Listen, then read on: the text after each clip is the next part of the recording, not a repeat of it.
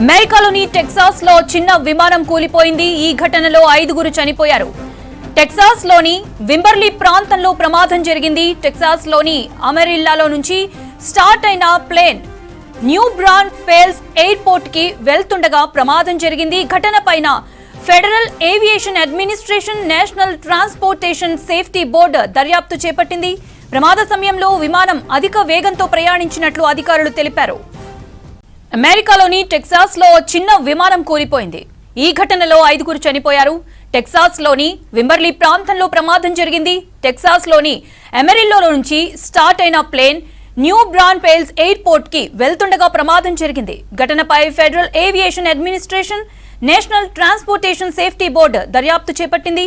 ప్రమాద సమయంలో విమానం అధిక వేగంతో ప్రయాణించినట్లు అధికారులు తెలిపారు.